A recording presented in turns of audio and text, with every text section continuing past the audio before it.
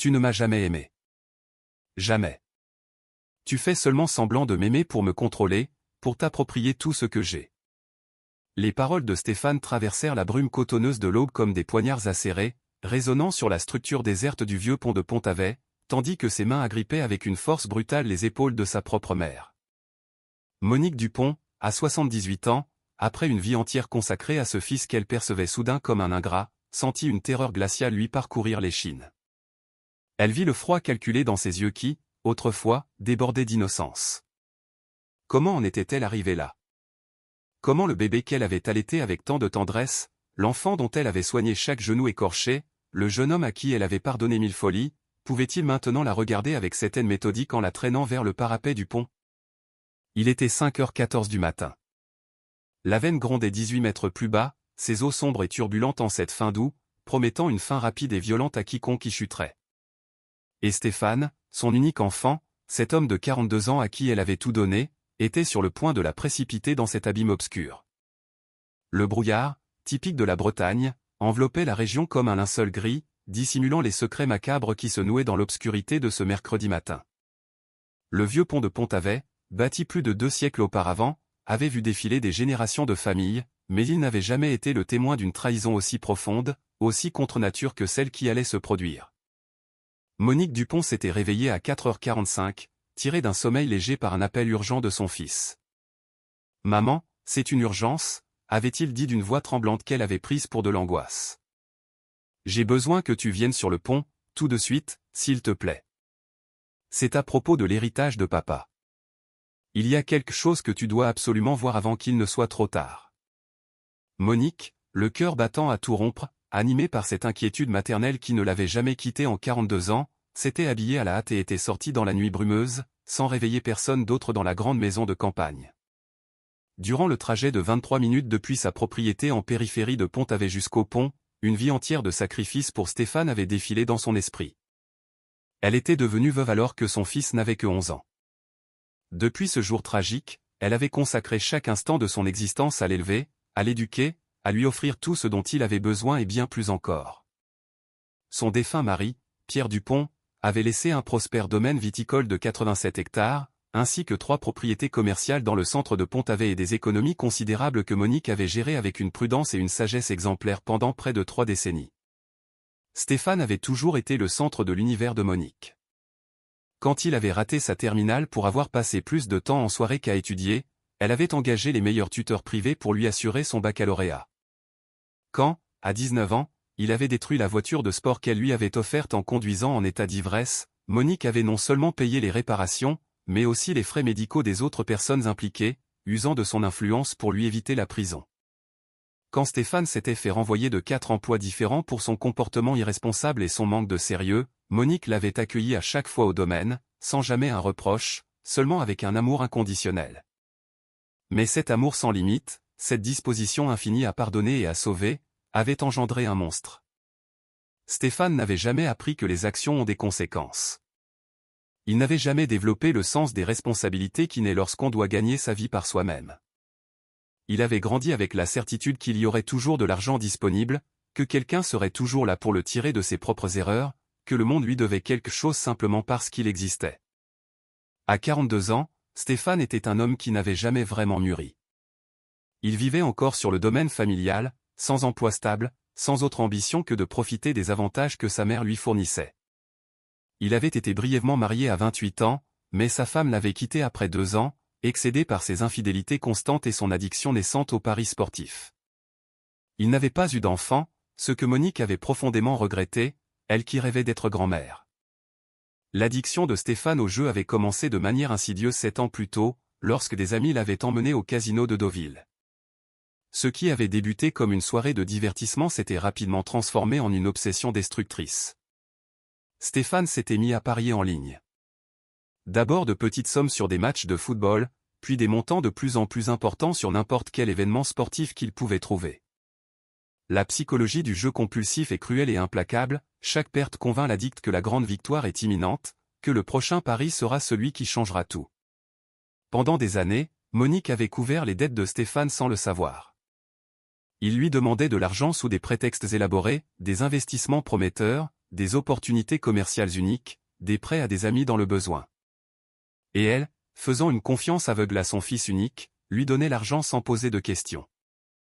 Mais 4 mois plus tôt, la vérité avait éclaté au grand jour lorsque 3 hommes à l'allure menaçante s'étaient présentés au domaine, réclamant les 890 000 € que Stéphane leur devait. Ce n'étaient pas des créanciers bancaires suivant des procédures légales, c'étaient des usuriers liés au grand banditisme, des hommes qui facturaient des intérêts de 15% par mois et utilisaient des méthodes violentes pour garantir le paiement. Ils avaient menacé non seulement de tuer Stéphane, mais aussi de brûler le domaine, de détruire les vignes et de faire souffrir Monique de manières inimaginables s'ils ne recevaient pas leur argent. Lorsque Monique avait confronté Stéphane, il s'était effondré en larmes, avouant tout, les 7 années de jeux compulsifs, les centaines de milliers d'euros perdus, les prêts bancaires qu'on ne lui accordait plus, et enfin, le recours désespéré aux usuriers. Monique, horrifiée mais toujours mue par son amour maternel, était sur le point de vendre l'une des propriétés commerciales pour régler la dette. Mais elle en avait alors parlé au père Jean, le curé de sa paroisse, qui lui avait sagement conseillé « Monique, si vous payez cette dette, vous ne ferez qu'alimenter le vice de Stéphane. Il recommencera à jouer, il se réendettera, et la prochaine fois, la dette sera encore plus grande. » Le père Jean lui avait suggéré une approche différente, proposé de payer pour un traitement intensif dans la meilleure clinique de désintoxication pour joueurs à Paris, mais ne pas lui donner d'argent directement. Monique avait suivi ce conseil. Il y a 3 mois, elle avait dit à Stéphane qu'elle paierait pour son traitement, qu'elle prendrait soin de lui pendant sa convalescence, mais qu'elle ne donnerait pas un centime pour payer les usuriers, car cela ne résoudrait pas le problème de fond. Stéphane avait réagi avec une fureur incontrôlable. « Comment peux-tu me refuser ça ?» avait-il hurlé. « Tu as l'argent. Le domaine vaut des millions. Les propriétés, les économies de papa, tout est là. Et tu refuses d'aider ton propre fils. » Monique avait tenté de lui expliquer, les larmes aux yeux, qu'elle faisait cela précisément parce qu'elle l'aimait, parce qu'elle voulait le sauver non seulement des usuriers, mais aussi de lui-même. Mais Stéphane n'avait rien voulu entendre. Il s'était enfermé dans sa chambre pendant des jours, n'en sortant que pour lancer des regards pleins de ressentiment à sa mère. Ce que Monique ignorait, c'est que pendant ces jours de réclusion, quelque chose de sombre et de monstrueux avait germé dans le cœur de Stéphane. Les usuriers lui avaient donné un ultimatum, trouver l'argent en 2 semaines ou faire face à des conséquences brutales. Et Stéphane, désespéré, avait commencé à envisager l'impensable. Sa mère avait 78 ans, raisonnait-il dans l'obscurité de sa chambre. Elle était vieille. Elle avait vécu une vie bien remplie. Lui, en revanche, avait 42 ans et toute la vie devant lui. Si quelque chose arrivait à Monique, si elle mourait dans un accident tragique, tout lui reviendrait en tant qu'unique héritier. Le domaine, les propriétés, les économies. Tout serait à lui. Il pourrait tout vendre, payer ses dettes, prendre un nouveau départ. L'esprit humain, sous un stress extrême, est capable de justifier l'injustifiable. Stéphane commença à construire un récit élaboré où il était la victime, victime de la malchance, victime d'une mère contrôleuse qui refusait de partager ses ressources, victime de circonstances qui le forçaient à prendre des mesures désespérées. Ce récit pervers lui permit de transformer le meurtre de sa propre mère en quelque chose qui n'était pas vraiment de sa faute, mais une triste nécessité. Stéphane passa 3 semaines à tout planifier méticuleusement. Il étudia les habitudes de sa mère, les lieux qu'elle fréquentait, les itinéraires qu'elle empruntait. Il fit des recherches sur Internet pour savoir comment faire passer un meurtre pour un accident. Le vieux pont sur la Veine lui parut parfait, haut, ancien, avec des parapets bas qui faciliteraient une chute accidentelle. La rivière était gonflée par les pluies doux, son courant violent. Les corps qui y tombaient n'étaient parfois retrouvés que des jours plus tard, si jamais ils l'étaient. En cette aube de mercredi, Stéphane décida de mettre son plan à exécution. Il appela sa mère avec le prétexte d'une urgence liée à l'héritage de son père, sachant qu'elle viendrait sans hésiter. Il choisit 5 heures du matin car les rues seraient désertes, il n'y aurait aucun témoin. Lorsque Monique arriva sur le pont et vit Stéphane qui l'attendait au milieu de la structure, faiblement éclairé par de vieux lampadaires, son cœur de mère se serra d'inquiétude. « Stéphane, mon chéri, que se passe-t-il? Tu vas bien ?» demanda-t-elle en s'approchant. Stéphane l'accueillit avec un sourire qui n'atteignait pas ses yeux. « Maman, merci d'être venue. J'avais besoin de te parler de quelque chose d'important, loin de la maison. » Il la guida vers le centre du pont, là où la brume était la plus épaisse. Monique remarqua que les mains de son fils tremblaient, qu'il y avait quelque chose d'étrange dans son regard, mais elle attribua cela au stress de ses problèmes. « Stéphane, de quoi s'agit-il » demanda Monique lorsqu'ils atteignirent le point le plus haut. Elle pouvait entendre la rivière gronder en dessous, invisible dans l'obscurité et le brouillard. Stéphane se tourna vers elle, et l'espace d'un instant, le masque tomba. Monique vit dans les yeux de son fils une chose qui la glaça jusqu'aux os. Ce n'était ni de l'amour, ni de l'inquiétude. C'était un calcul froid, un désespoir abject et quelque chose qui ressemblait dangereusement à de la haine. « Il s'agit du fait que tu as tout ce dont j'ai besoin pour sauver ma vie, » dit Stéphane, sa voix vibrant non pas d'émotion, mais d'adrénaline pure. « Et tu refuses de me le donner. » Monique recula d'un pas, son instinct l'alertant enfin du danger imminent. « Stéphane, que dis-tu ?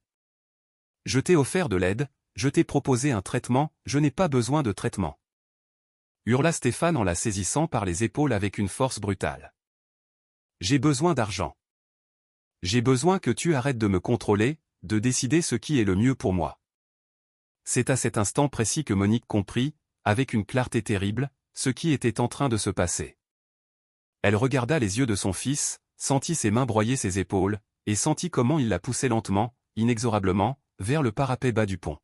« Stéphane, non. » murmura-t-elle. « S'il te plaît, ne fais pas ça. » Mais Stéphane avait déjà franchi un seuil psychologique. Il avait déjà justifié son acte dans son esprit des milliers de fois. Il s'était déjà convaincu qu'il n'avait pas d'autre choix.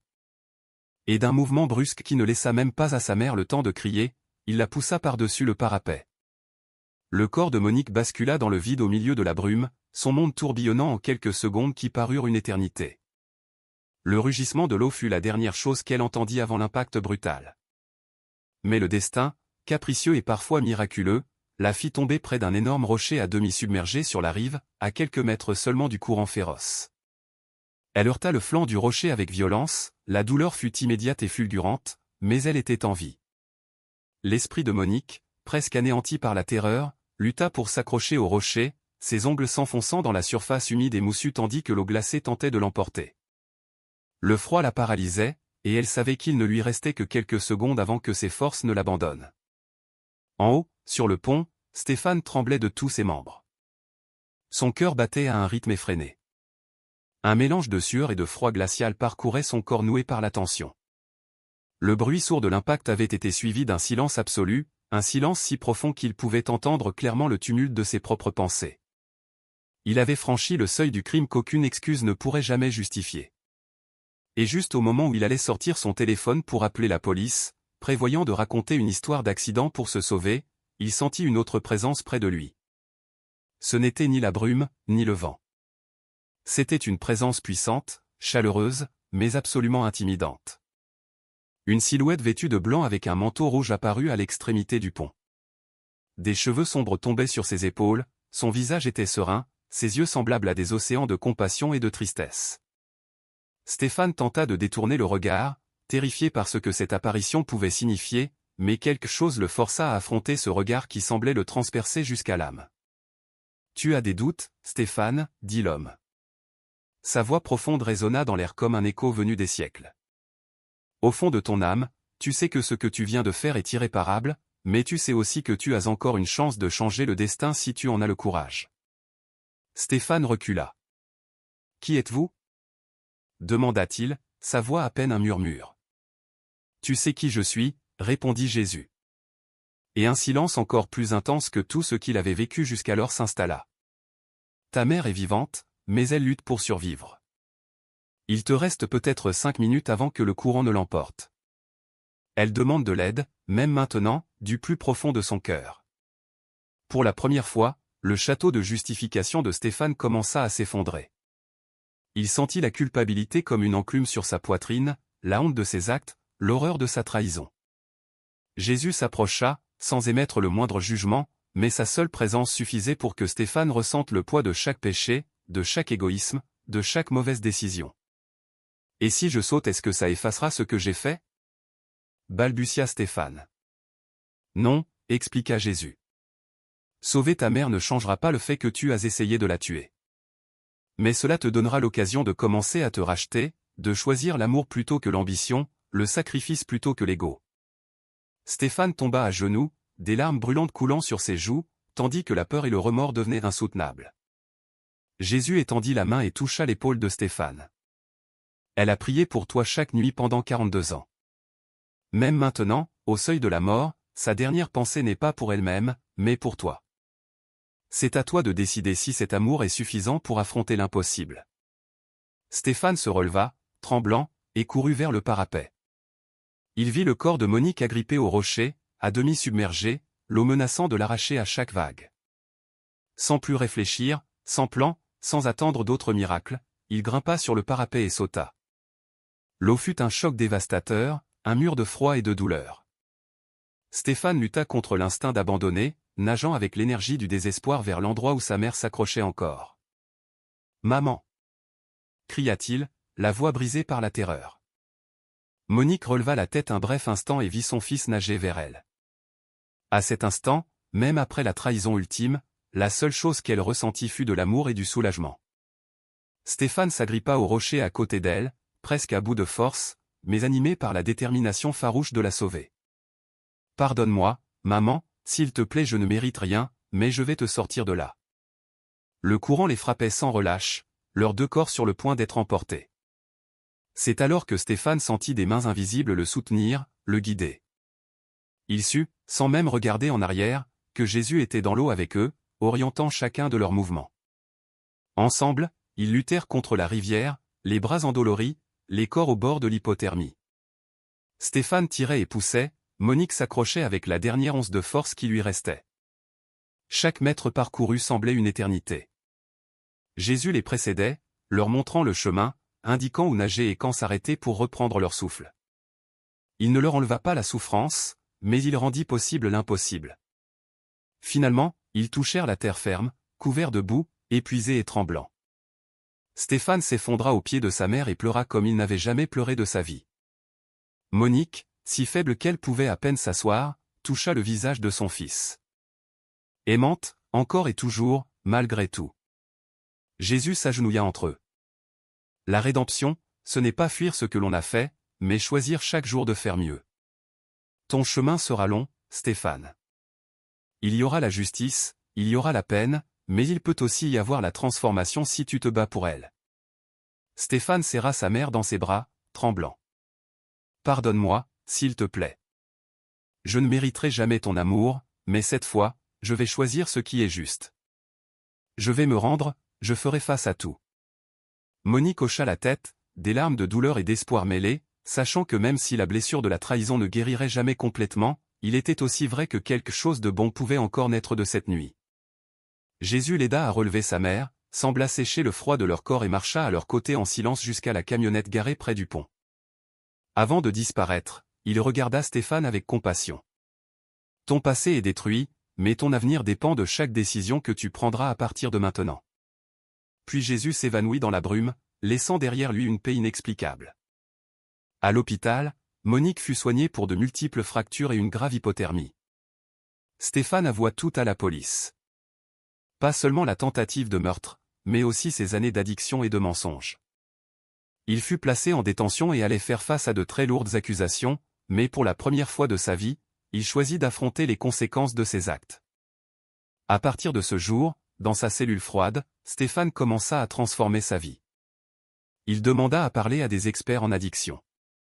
Il lut tout ce qu'il put trouver sur la rédemption et le pardon. Il appela sa mère des milliers de fois pour lui demander pardon. Monique, après des semaines de douleurs physiques et émotionnelles, choisit de rendre visite à son fils en prison, non pas pour guérir la blessure trop vite, mais pour qu'ils puissent tous les deux commencer à construire quelque chose de nouveau, fondé sur la vérité. L'affaire fit le tour de la Bretagne.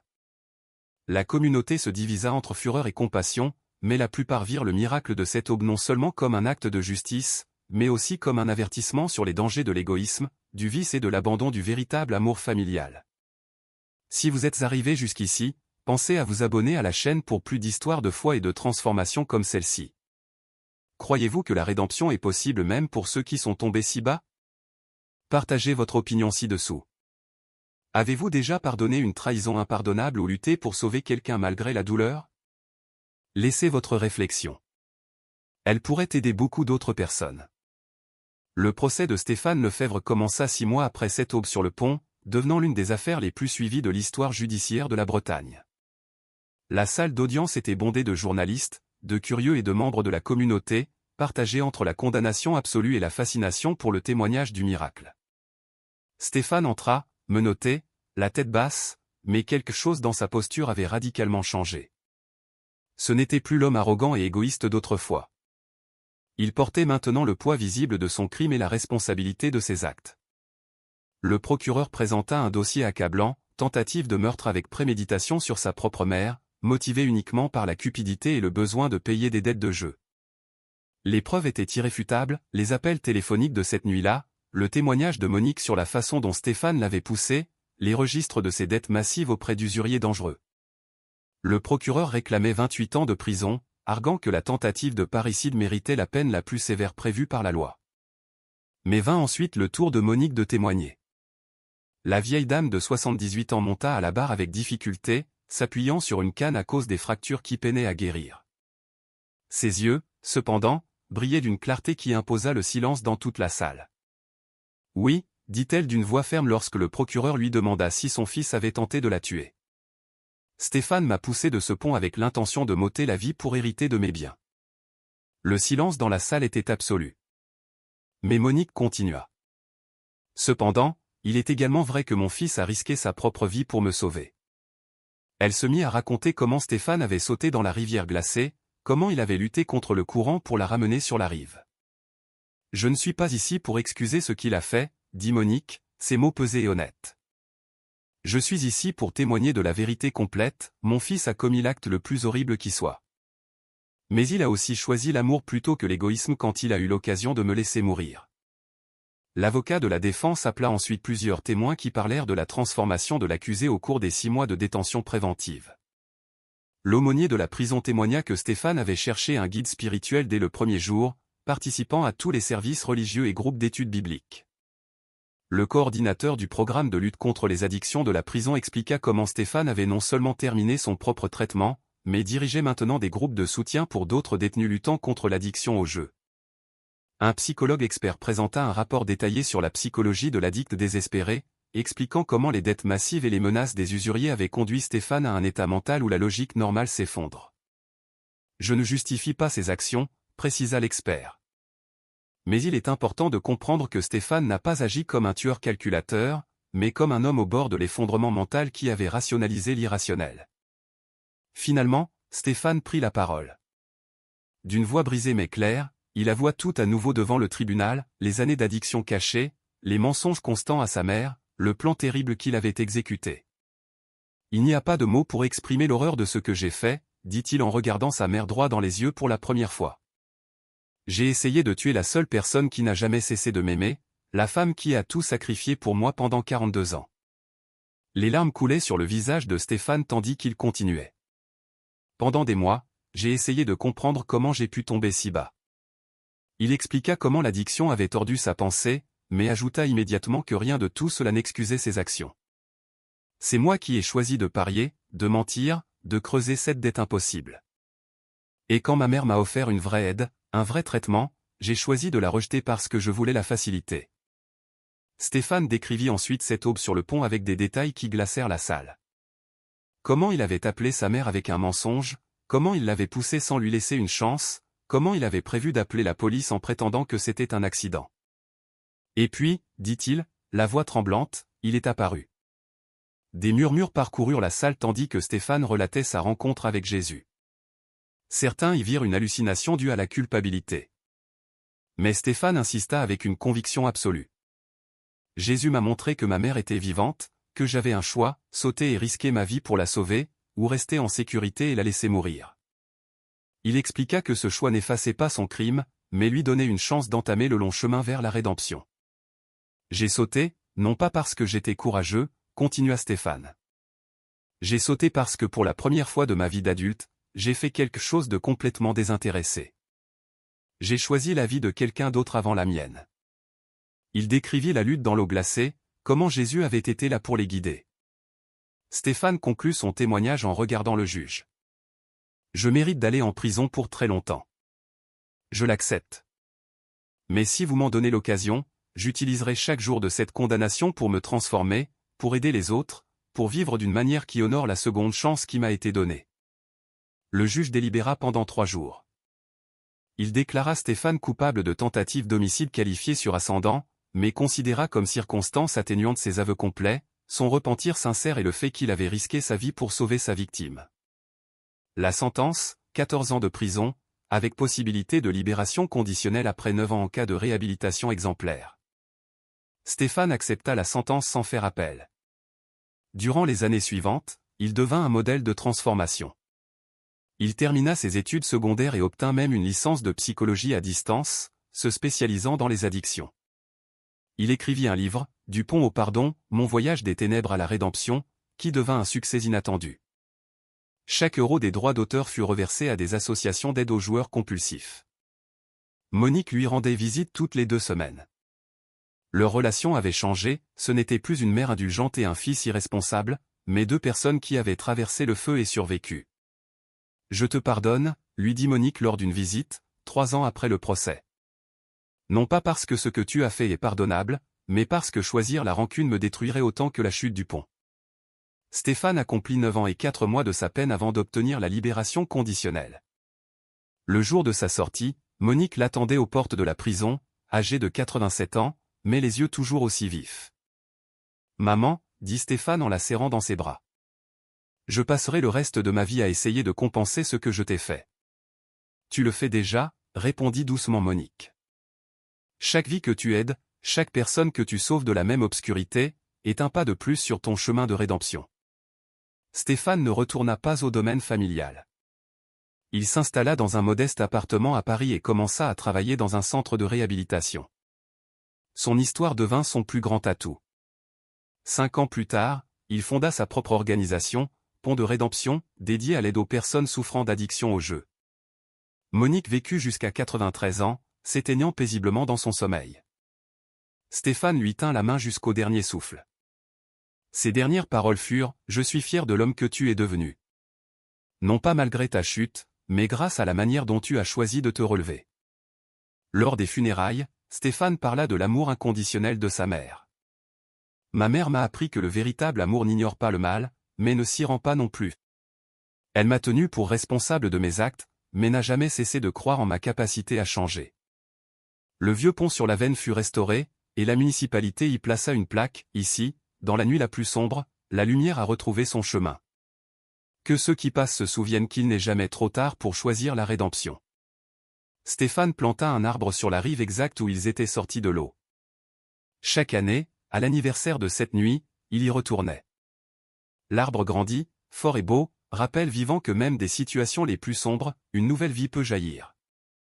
Aujourd'hui, à 56 ans, Stéphane continue son œuvre, ayant aidé plus de 2000 personnes. Il donne des conférences sur les dangers de l'addiction et le pouvoir de la rédemption. Et chaque nuit, il prie, reconnaissant pour sa seconde chance, pour l'amour d'une mère qui n'a jamais abandonné, et pour cette rencontre sur un pont qui a tout changé. Si cette histoire vous a touché, abonnez-vous à notre chaîne. Commentez de quelle ville vous nous regardez. Connaissez-vous quelqu'un qui a besoin d'entendre cette histoire? Votre commentaire pourrait être la lumière dont quelqu'un a besoin. Ne laissez pas l'ennemi entrer dans votre foyer. Montrez votre foi en partageant ce message d'espoir. Amen.